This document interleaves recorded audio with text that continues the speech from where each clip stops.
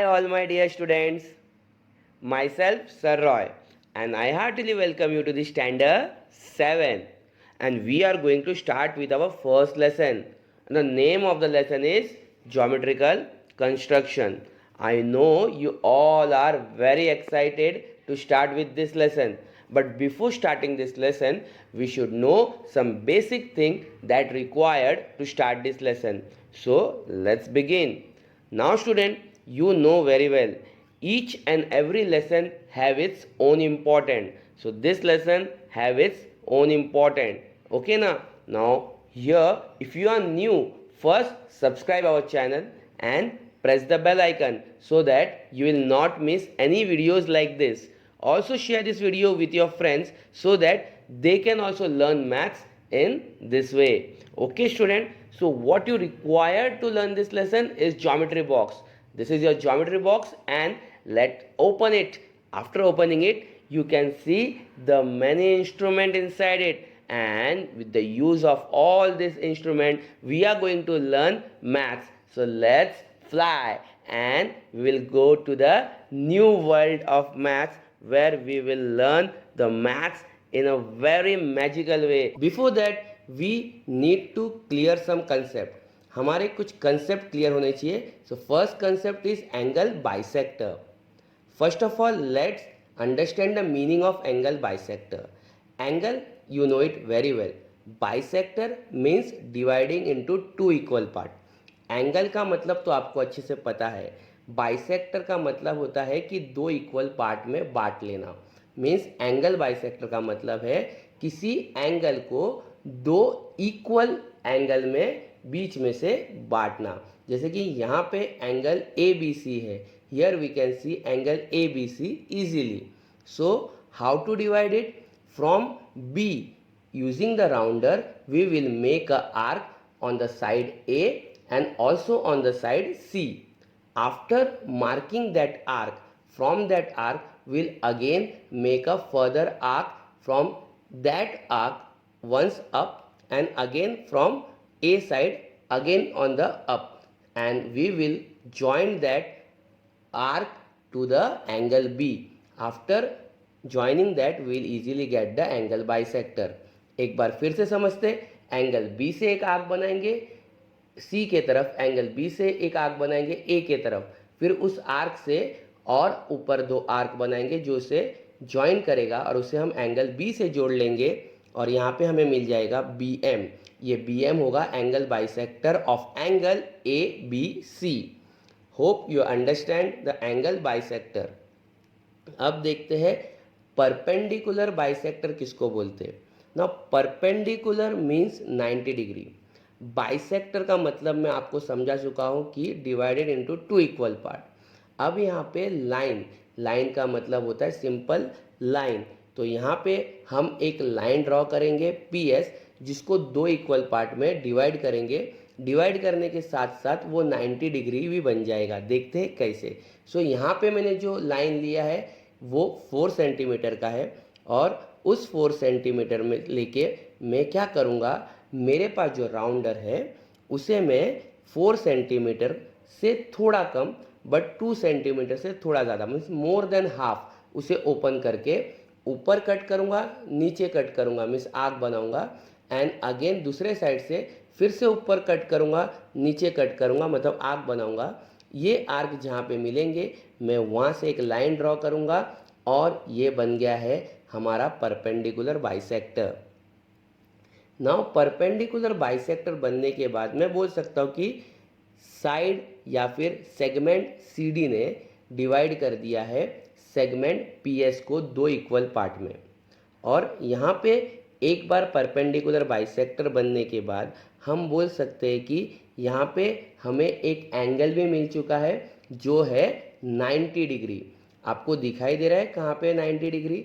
मैं बोल सकता हूँ कि एंगल सी एम, और अगर मेरा ये पी एस सेगमेंट है तो एंगल सी एम एस जो है वो 90 डिग्री है.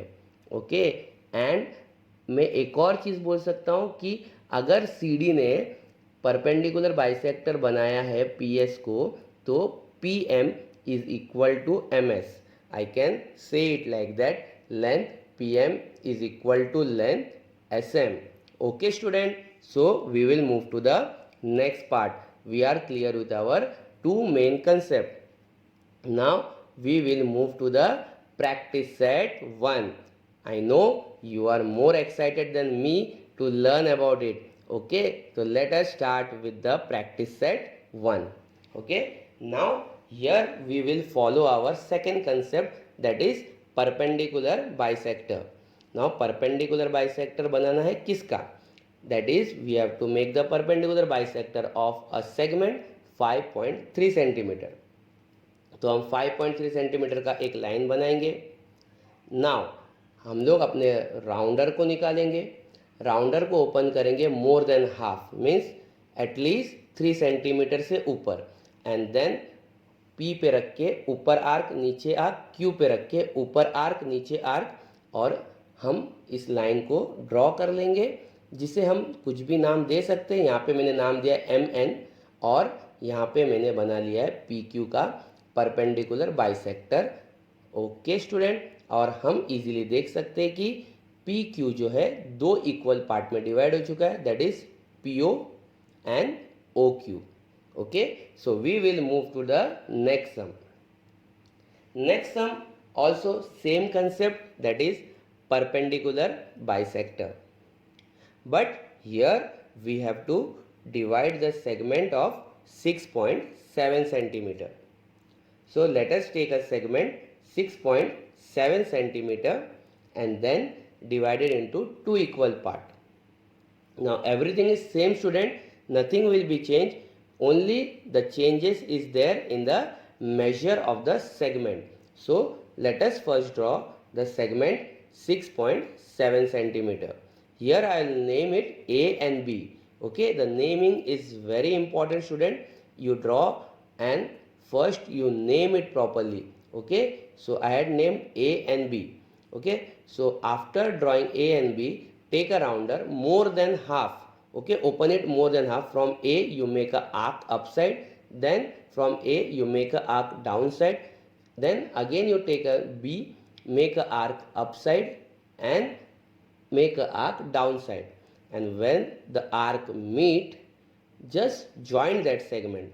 arc जहाँ पे meet हुआ है, मीन्स जहाँ पे कट होके एक दूसरे को क्रॉस किया है, वहाँ से सेगमेंट को जोड़ दो, and you got again a perpendicular bisector.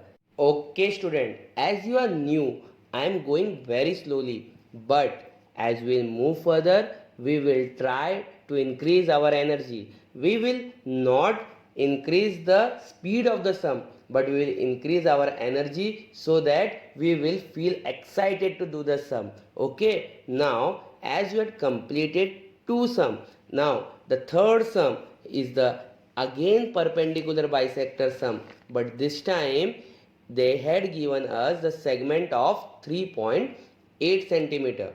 I hope you are getting all the sum easily, and if you are getting all the sum easily, do one thing, you have to comment us and tell us that how you are getting our sum. Is it easy, is it okay, or is it very good?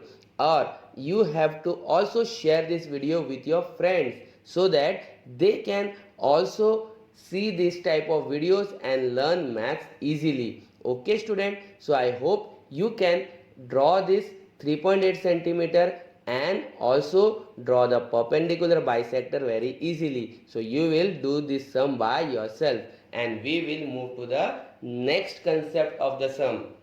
The next concept, what we learned, the first concept was angle bisector. Yes, now we have to draw the angle bisector, but for drawing angle bisector we have to first draw the angle. And how to draw the angle student? We have to draw the angle with the protector. हमें angle बनाने के लिए हमारे protector का use करना पड़ेगा. So get ready with all the things so that we can draw the angle easily. Here they had given the angle of 105 degree. 105 degree का angle बनाना है. First you will draw one segment, then on the B you will keep the protector properly, then you will look at the down number. आपको सारे नीचे के number देखने, ऊपर के number नहीं देखने. 105 पे रख के आपको मेजर एंगल बना के आपको लाइन ड्रॉ करना है और आपका 105 degree ready. Now keep the rounder ready and from B, point B से आप सी साइड में एक आर्क बनाएंगे और ए साइड में एक आर्क बनाएंगे. फिर सी साइड के आर्क से वापस ऊपर की तरफ एक आर्क बनाएंगे और ए साइड के आर्क से फिर से ऊपर की तरफ एक आर्क बनाएंगे एंड उसे जोड़ देंगे एंगल बी से. एंड यहाँ पे रेडी हो गया आपका angle bisector B M. Angle bisector B M ने एंगल ए बी सी को दो इक्वल पार्ट में कट कर दिया. One more sum we will do. Here it is acute angle that is 55 degree. फिर से एक सेगमेंट ड्रॉ करेंगे क्यू आर. फिर से प्रोटेक्टर को रखेंगे क्यू पे. फिर नीचे का नंबर देखेंगे एंड 55 डिग्री को मार्क करते हुए एक एंगल ड्रॉ कर लेंगे. यहाँ पे एंगल ड्रॉ करने के बाद हम क्या करेंगे, पॉइंट क्यू से, यस पॉइंट क्यू से एक बार पी की तरफ आर्क बनाएंगे, एक बार आर की तरफ आर्क बनाएंगे. जहाँ पे दो आर्क बनाए वहाँ से फर्दर आगे की तरफ दो आर्क बनाएंगे. मीन्स पी के तरफ से एक बार और आर के तरफ से एक बार. एंड जहाँ पे वो आर्क मीट हुआ है उसे जोड़ देंगे हम लोग किससे, क्यू से, और हमें मिल जाएगा एंगल बाइसेक्टर क्यू एस. तो Q S divided the angle P Q S equally. Okay, I hope you have understand this concept also properly, that is angle bisector concept. Now here the important thing is that once you have understood, you at least do one sum by yourself student. Now अगर मैं आपको बोलूँ 90 degree angle बनाना है, so when you are drawing the segment you can keep the protector on the left side of the segment point and you can easily see 90 degree because 90 degree middle में है एकदम. Hence you can do this sum by yourself, and if you have any doubt you can ask me a question in the comment section.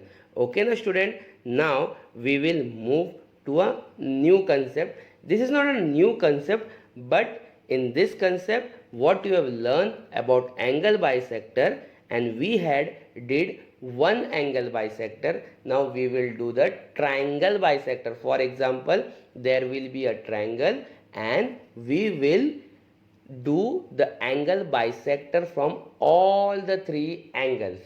Okay na student, so here we will do that, but before that we have to understand what is that. That is called in center. Okay na, in each triangle draw in center. In each of the triangle there is an in center, but how to get that in center, what is the meaning of that in center? In center means a middle point where a three triangle point can meet equally and it is at a equal distance. So first let us draw that, then in the further sum we will understand it in a more detail that what is the in center and what is the use of that. Okay now in this sum first I will draw a base BC and then I will draw A, because as they told it is a obtuse angle triangle, I had first drawn an obtuse angle triangle. Okay, so first I will take angle A and I will make the angle bisector, and you know how to draw the angle bisector from A, B side and C side. Then further from that arc again we will draw two arcs which will meet each other and we will draw a line from that midpoint to the angle A. So I got angle A bisector. Again I will draw angle B bisector also. Same procedure from B, A side arc, B side arc. Again from that arc I will make two arcs and that midpoint I will join with angle B. अब हमें क्या करना है, सी के तरफ भी वही करना है. सी के तरफ भी हमें एंगल बाइसेक्टर बनाना है. तो सी के तरफ से ए साइड में अपर आर्क, सी साइड से बी साइड में अपर आर्क, फिर वहाँ से फर्दर आगे दो और आर्क बनाएंगे जो एक दूसरे को मीट करेंगे और उसे हम जोड़ देंगे एंगल सी से. तो यहाँ पे क्या बन जाएगा, फिर से एक angle bisector. But here you will notice all the three segments meet at one point, that is I had denoted with letter I. Okay, so ये जो था ये था इन सेंटर। आप सभी को इन सेंटर अच्छे से समझ में आया होगा, but what is the main motive of learning in centre? Student, in centre learn करने का मेन मकसद क्या है?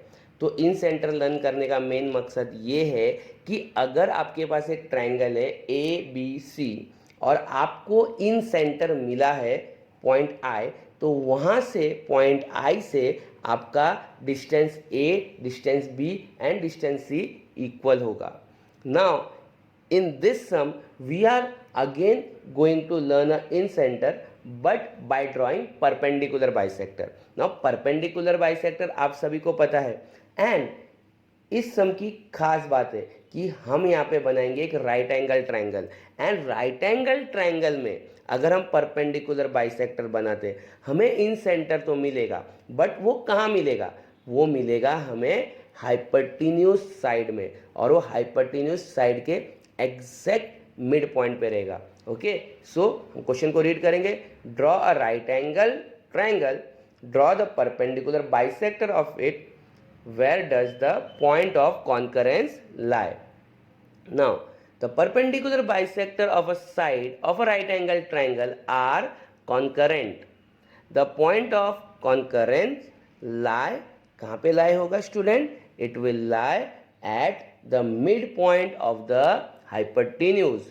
सो यहाँ पे मैंने ऑलरेडी इसे लिखा है, आपको लिखने की ज़रूरत नहीं है, आपको बस उसे ड्रॉ करके बताना है। तो सबसे पहला बनाएंगे हम एक राइट एंगल ट्रायंगल।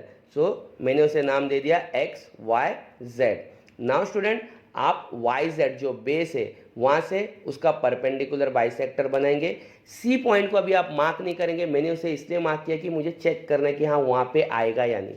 तो आप वाई पे रख के ऊपर आर्क नीचे आर्क, Z पे रख के ऊपर आर्क नीचे आर्क, एंड उसे आप क्या कर दोगे? एक लाइन से जोड़ दोगे। तो अभी यहाँ पे आपको क्या मिला? Perpendicular bisector of side YZ। आपने YZ का परपेंडिकुलर बाइसेक्टर निकाला। नाउ आप किसी भी एक और साइड का परपेंडिकुलर बाइसेक्टर निकाल सकते। तो यहाँ पे हम लोग निकालेंगे XY का परपेंडिकुलर बाइसेक्टर। X में रख के ऊपर आर्क नीचे आर्क, Y में रख के ऊपर आर्क नीचे आर्क, एंड उसे हम क्या कर देंगे?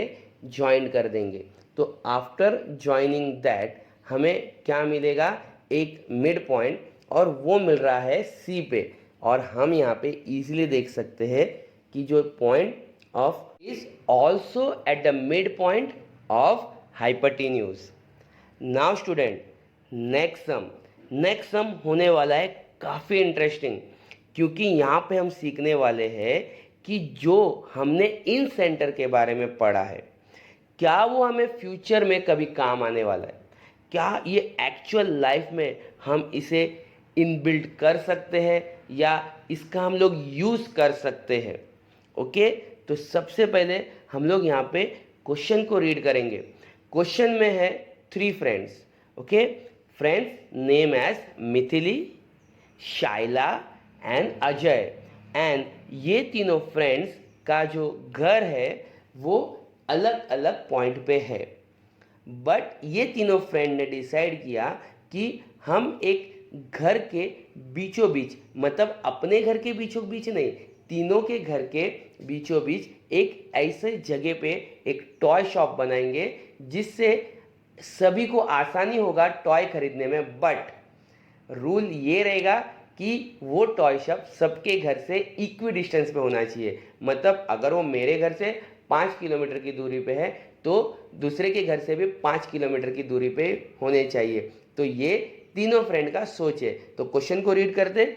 मिथिली, Shaila and Ajay live in 3 different place in the city. A toy shop is equidistant from the 3 house. Which geometrical construction should be used to represent it? Explain your answer. तो यहाँ पे पहले तीनों फ्रेंड का घर को मार्क कर लेते जो अलग अलग सिटी में है।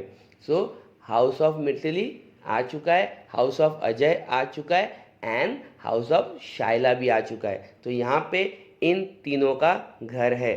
अब हमें बनाना है टॉय शॉप। मीन्स ये क्वेश्चन क्या जो हमें यूज़ करने बोला है, यहाँ पे क्वेश्चन को समझने बोला है, वहाँ पे बोला है कि टॉय शॉप ऑलरेडी है, पर कहाँ पे है वो नहीं पता, बट वो इक्वी डिस्टेंस पे है।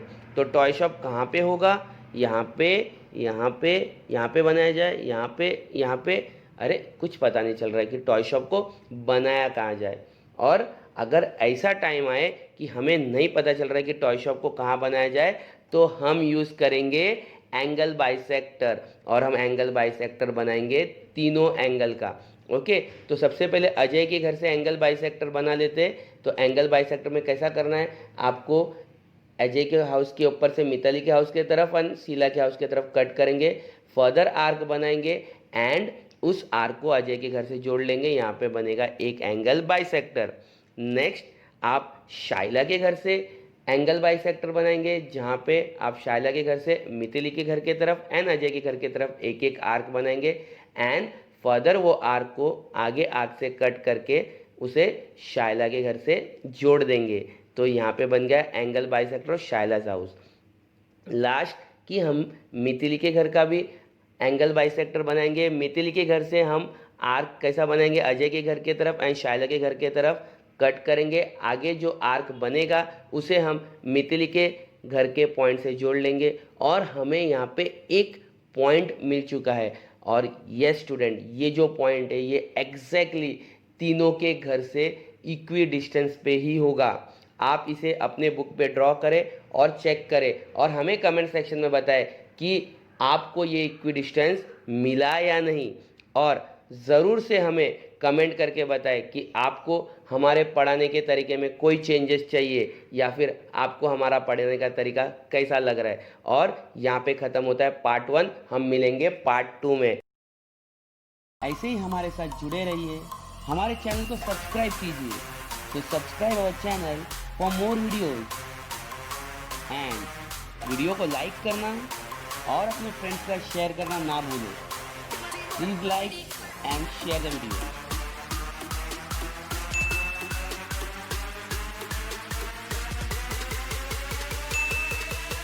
और बेल आइकन को दबाना ना भूलें। तो नेक्स्ट वीडियो तक बाय बाय।